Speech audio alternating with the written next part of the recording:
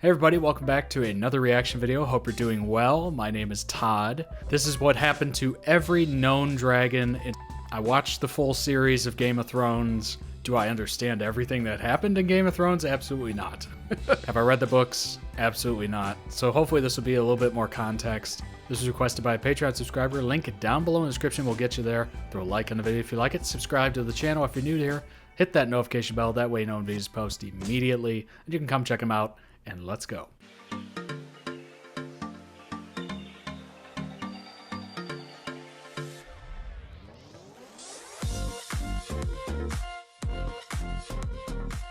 Let's go over the age and size of every known dragon in A Song of Ice and Fire or Game of Thrones. That's 28 dragons. It's subjective, but wow. I've got 7 dragons bigger than Season 7 Drogon.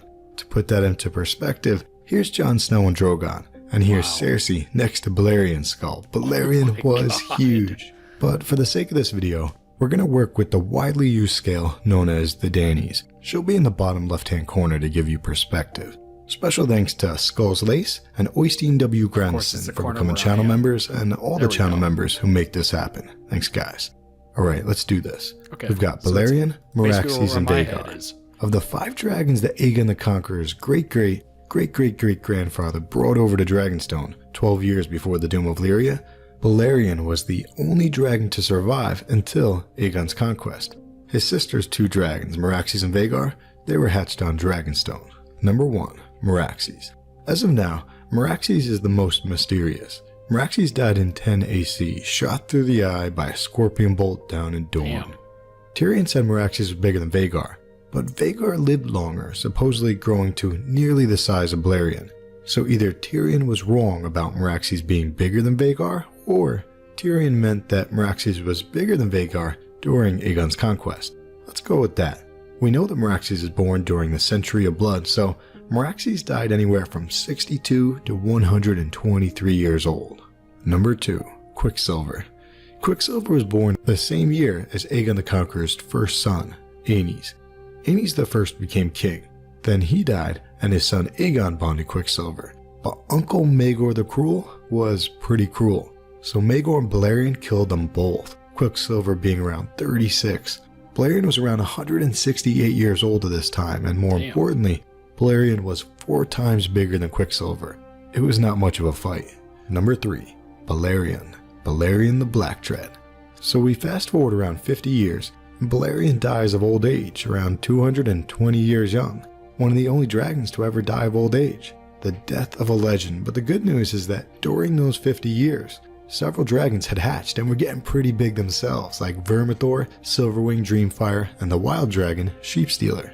A little bit later, our boy Caraxes and then Meleys hatched, and over the next 35 years, 14 other dragons hatched, leading into the Dance of the Dragons, which many believe should actually be called the Dying of the Dragons. You'll see why. Number 4. Arrax. The first dragon vs. dragon battle in the dance was Vhagar vs. Arrax. Vhagar was 180 years old at this time, and Arrax was about 14, the same age as his rider, Lucerys. Vhagar was 5 times bigger than Arrax, so just like Balerion vs. Quicksilver many years prior, this was not much of a fight. Vhagar tore off Arrax's head.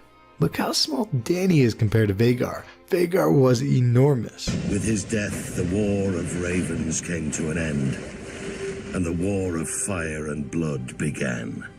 Number 5. Our girl Meleys, the Red Queen. Meleys was attacked by both Vhagar and Sunfire at Rook's Rest. She was double teamed, not cool, because Meleys was ridden by one of the coolest females in the game, Princess Rhaenys Targaryen, who just so happens to have the same name as my favorite girl, the OG Rhaenys.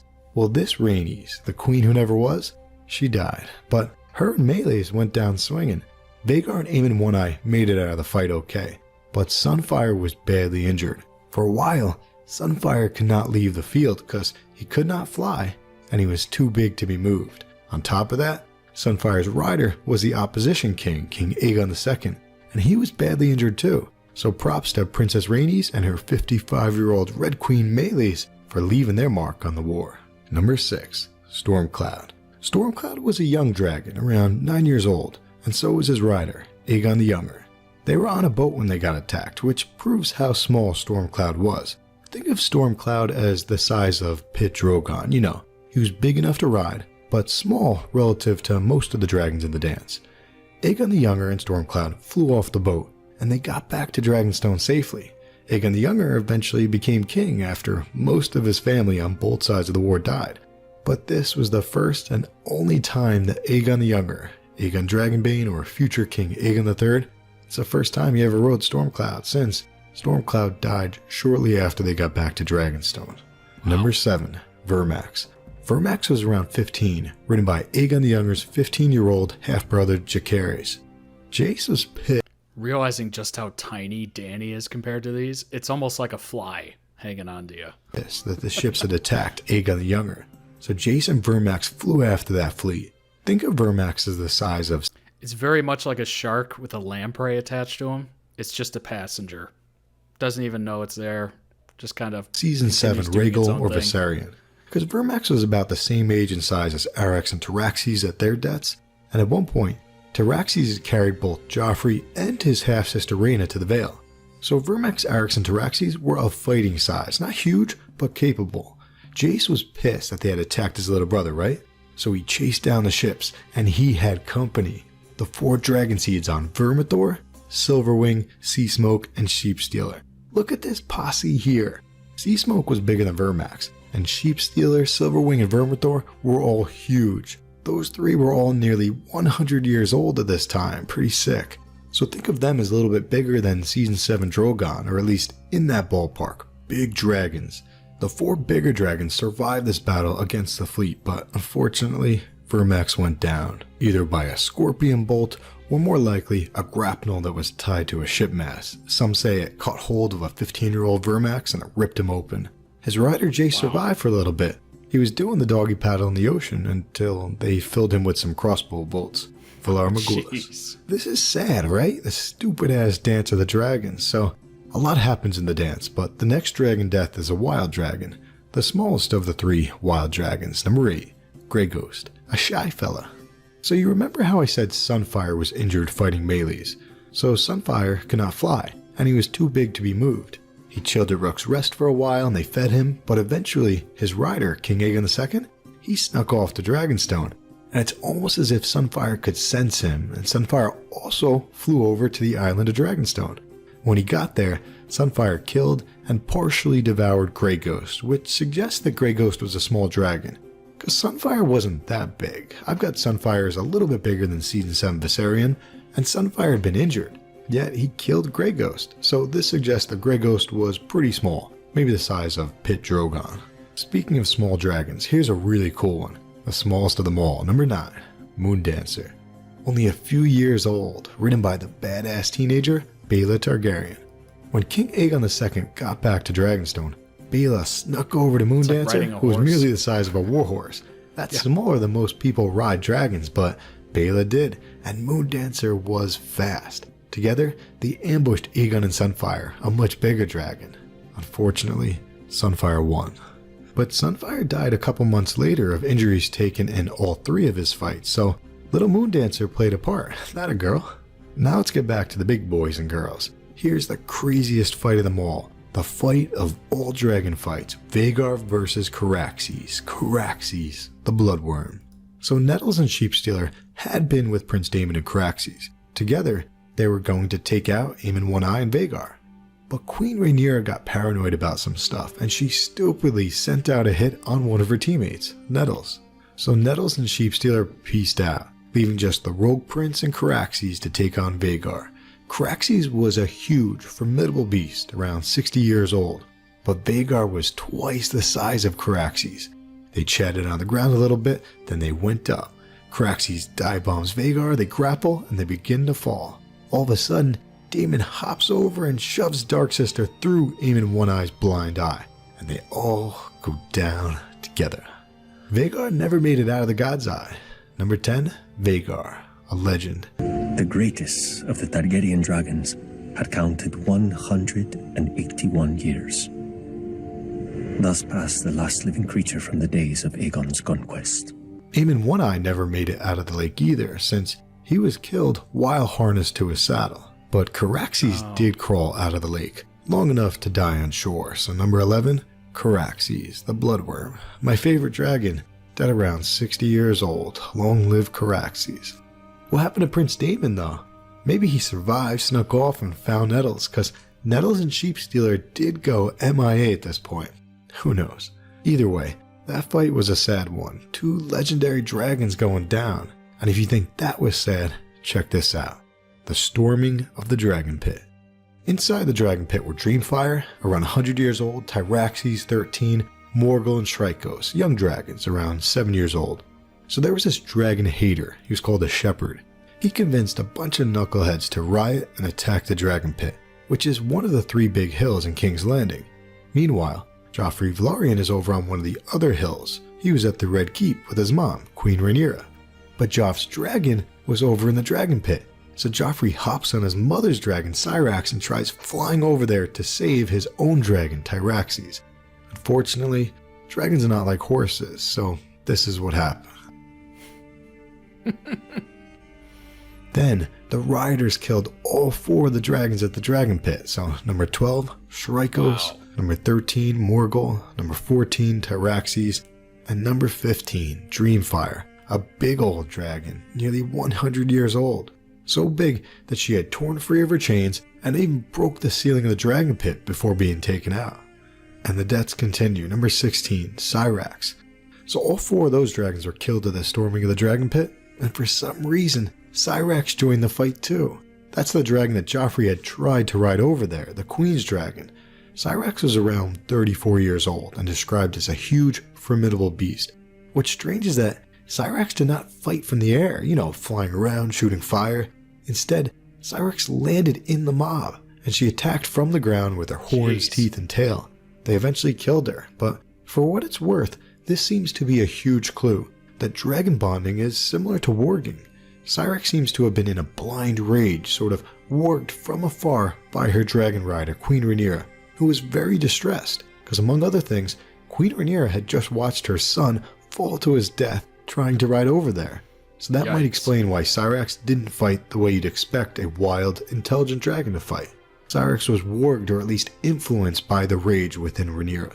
And it doesn't get any happier from here on in. As you can tell, this is why some believe that the Dance of the Dragons should actually be called the Dying of the Dragons, both literal and figurative. Many Targaryens as well as their dragons died during this ridiculous family civil war. But let's keep going. Now we get to the true dance at Second Tumbleton. Vermithor, Silverwing, and Tessarion were all at Tumbleton when Sir Adam Velaryon rolled up on Seasmoke. Vermithor was 3 times the size of Tessarion, who was about 16 years old. Silverwing, just like Vermithor, was nearly 100 years old, so she was presumably huge as well. And Seasmoke was relatively the same size as Tessarion, maybe a little bigger since Seasmoke was older, around 36 years old. And together, Seasmoke and Tessarion were said to be about the size of the 100-year-old Vermithor. So Seasmoke and Tessarion fought. The battle between Tessarion and Seasmoke was different. History calls a struggle between King Aegon II and his sister Rhaenyra the Dance of the Dragons, but only at Tumbleton did the dragons ever truly dance. Tessarion and Seasmoke were young dragons, nimbler in the air than their older brothers had been. Time and time again, they rushed one another, only to have one or the other veer away at the last instant. Soaring like eagles, stooping like hawks, they circled, snapping and roaring, spitting fire, but never closing. Once, the Blue Queen vanished into a bank of cloud, only to reappear an instant later, diving on Seasmoke from behind to scorch her tail with a burst of cobalt flame. Meanwhile, Seasmoke rolled and banked and looped. One instant he would be below his foe, and suddenly he would twist in the sky and come around behind her. Higher and higher the 2 dragons flew, as hundreds watched from the roofs of Tumbleton. One such said afterward that the flight of Tessarion and Seasmoke seemed more mating dance than battle. Perhaps it was. All that history tells us is that 3 dragons fought amidst the mud and blood and smoke of Second Tumbleton. Seasmoke was the first to die, when Vermithor locked his teeth into his neck and ripped his head off. Afterward, the bronze dragon tried to take flight with his prize still in his jaws, but his tattered wings could not lift his weight. After a moment, he collapsed and died. Tessarion, the Blue Queen, lasted until sunset. Thrice she tried to regain the sky, and thrice she failed. By late afternoon, she seemed to be in pain, so Lord Blackwood summoned his best archer, a longbowman known as Billy Burley, who took up a position 100 yards away. beyond the range of the dying dragon's fires, and sent 3 shafts into her eye as she lay helpless on the ground. Wow. One remained. Silverwing, good Queen Alisane's mount in days of old, had taken to the sky as the carnage began, circling the battlefield for hours, soaring on the hot winds from the fires below. Only after dark did she descend, to land beside her slain cousins. Later, singers would tell how she thrice lifted Vermithor's wing with her nose, as if to make him fly again. But this is most like a fable. The rising sun would find her flapping listlessly across the field, feeding on the burned remains of horses, men, and oxen. A full narration of that dance at the link above if you're curious. But yeah, only 4 dragons survived the Dance of the Dragons. Silverwing did, and she was nearly 100 years old, so that's pretty cool. And the egg that Rain had brought to the Vale, that egg hatched. She named that dragon Morning. Pretty fitting for the dawn of a new day, albeit a sad day. Indeed. A sad day for dragon lovers. Now, we don't know where Nettles flew off to with the nearly 100-year-old sheep stealer, but we never saw them die, so that's cool. And there's one more which I've yet to mention. There was one more wild dragon who was never ridden, and no one ever saw him die. The Cannibal. A pretty fitting name if you think about this Dance of the Dragons, dragon versus dragon and Targaryen versus Targaryen. So the Cannibal was the biggest of the 3 wild dragons on Dragonstone. We don't know how big he was, but considering the fact that he used to attack the dragon hatcheries and eat eggs and hatchlings, yet they never killed him, it's safe to assume that the Cannibal was big enough not to mess with. The Cannibal was black as coal, which is similar to Balerion, and some people claim that the Cannibal had made his lair before the Targaryens even got to Dragonstone. If that's true, then the Cannibal was as old or even older than Balerion, especially since Balerion died 35 years before the dance, and no one ever saw the Cannibal die. So for all we know, the biggest dragon was not Balerion, it was actually the Cannibal. Fast forward 32 years, and the last dragon dies in 153 AC. Small and stunted, none of her eggs ever hatched. That was 150 years before Dany hatched Viserion, Rhaegal, and Drogon, and for the first time in hundreds of years, the night came alive with the music of dragons.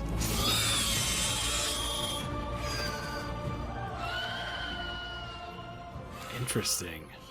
Link down below in the description for the original video. Go throw it some love. That was so many names that I don't remember a single one. Now, obviously, I only saw the ones that Dany hatched, or I remember seeing the ones that Dany hatched, and yeah, they really added something to that show. That moment was so big. When she realized she was the mother of dragons, she walked through the fire. Like, it was so monumental a shift in that Game of Thrones, in that no one had something like that. That was truly the ace card that no one else had access to. And it was amazing to watch. They did a good job with the CGI graphics on those dragons. They looked incredible. Just going back and watching a couple clips of them, they look really good. Just knew Dany was going to get very close to the throne, if not take it, just because of those dragons. The reveal with Jon was extremely rushed, to the point where it was great, it was fun to see, but it was also just like, man, I wish we had like 3-4 more seasons so they could really draw out this picture and really get a sense of more of the closeness of the throne, because we spent so many seasons and episodes building up to this one crescendo, and by the time it got to the crescendo, the big war, there was like, what, 3-4 episodes left? We didn't get a lot of time with the actual throne itself. Other than Cersei and Joffrey residing on the throne, we didn't see all the other players that were playing for the throne anywhere near the throne other than Dany and Jon, and that was over real quick.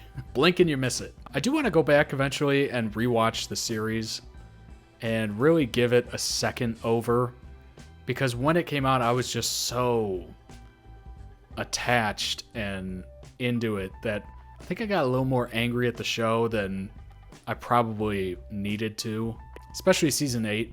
I feel like it was still rushed, and it's still going to feel rushed. It was such a raw emotion coming out at that point with everybody. Just like, what the hell's happening? I couldn't see anything in that one episode. I feel like if we all gave it a second chance, we would consider it a little differently, maybe. I don't know. That's my thoughts. I would love to see more dragons coming up in this prequel show coming out. My question to you is, are you going to watch it? And are you as interested in it as you were during the Game of Thrones craze? Let me know down below in the comments. Thanks so much for watching. I appreciate it. That was a lot of information. I hope you paid attention. There will be a quiz next week. Thanks so much for watching. Link down below in the description for the Patreon. Thanks so much for subscribing to the channel. I shall see you in the next one. Take care of yourselves. Bye-bye.